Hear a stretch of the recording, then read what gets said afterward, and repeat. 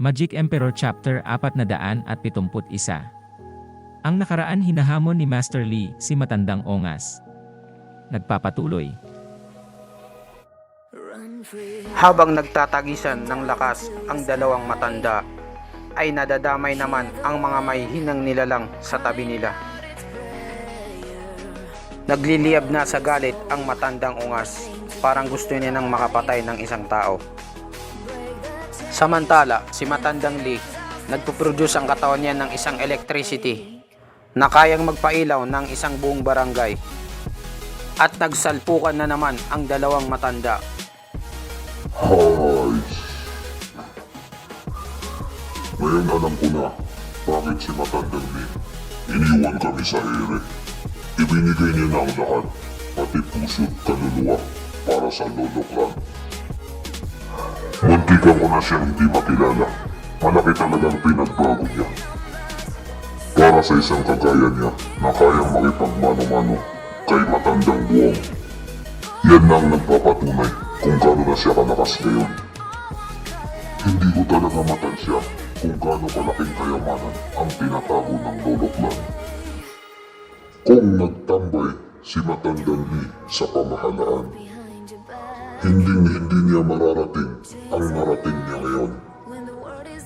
At hindi niya maabutan si Matandang Buwang kahit magsanay pa siya ng habang buhay kung kulang naman ang pasahod. Tinamaan ni Matandang Lee si Matandang Buwang sa panga.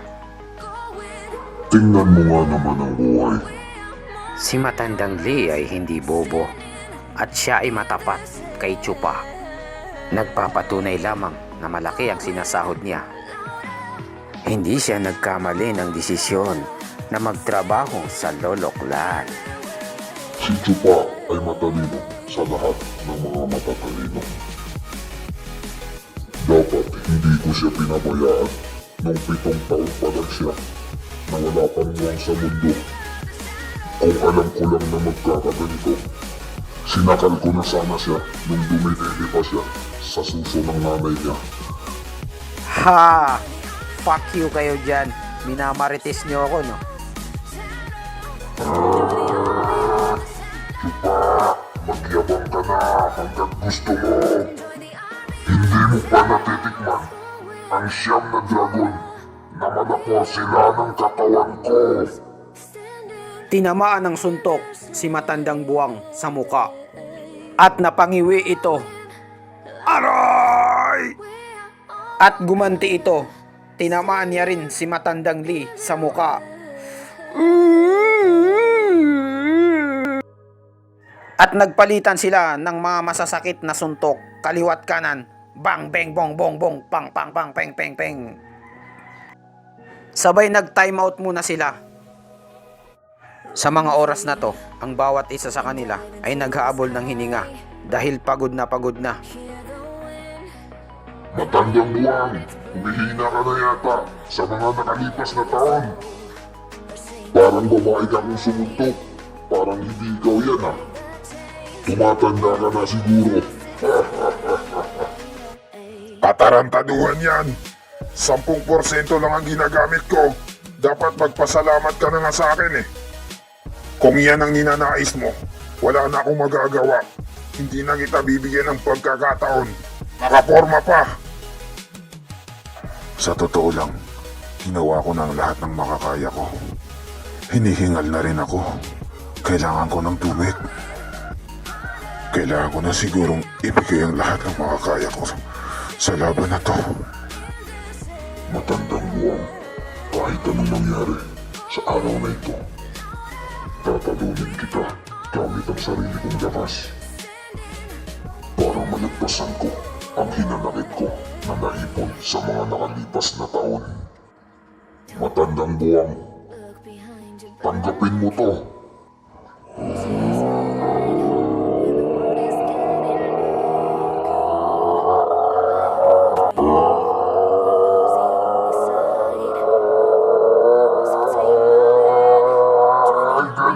Galit ako sa'yo!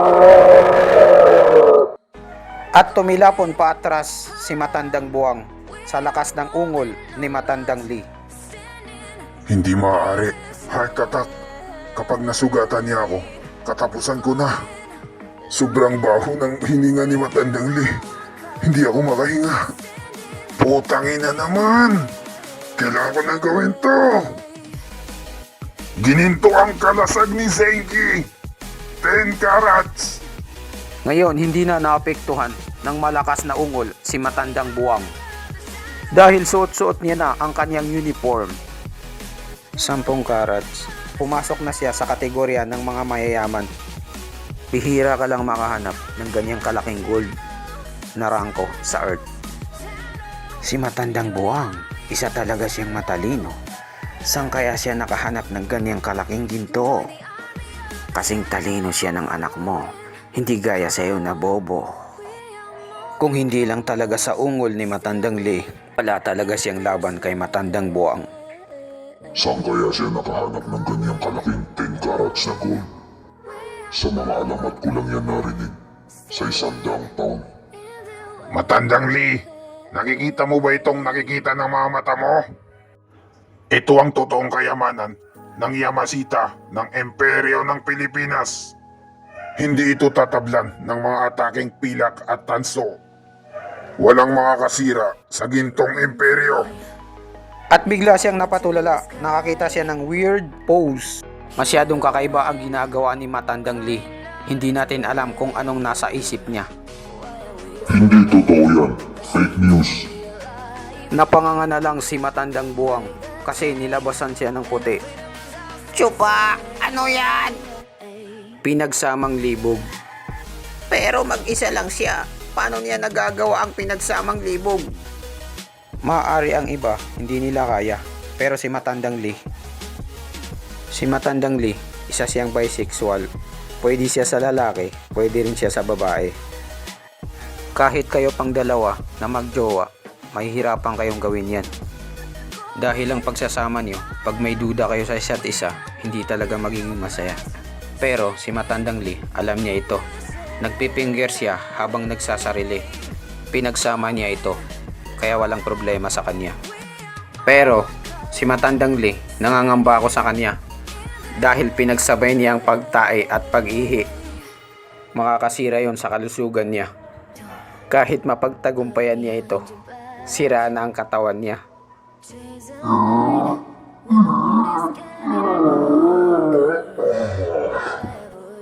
Matandang Lee, bakit mo ginagawa to sa sarili mo? Chupa, hindi mo maintindihan ang pag-iisip ng mga adik. Kapag hindi mo nalagpasan ang kinikilala mong kalaban, nasa bandang huli ang pagsisisi. Ito na ang huling pagkakataon niya para labanan ang kanyang kaaway. Kailangan niya itong talunin sa kahit anong paraan. Ganyan mag-isip ang mga adik, kagaya ko. Napakahirap talagang maintindihan ang pag-iisip ng mga adik. Sa nakikita ko, ang pagkapanalo ay ang lahat-lahat na sa kanya. Pero hindi yun ang dahilan para isakripisyo mo ang kalusugan mo. Hindi magandang gawain yan. Maghanda na kayo dahil tayo na ang susunod. At hawak-hawak na ni Matandang Lee ang puting lumabas sa katawan niya. Matandang Buwang, tikman mo to. Tikman mo ang finger ko.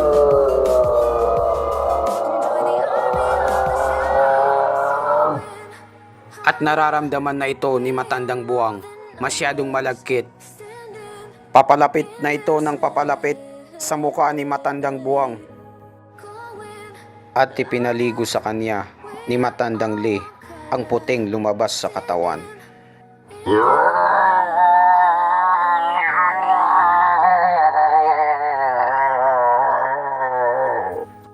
Natalo ako. At dito nagtatapos ang chapter 471. Maraming salamat sa panonood.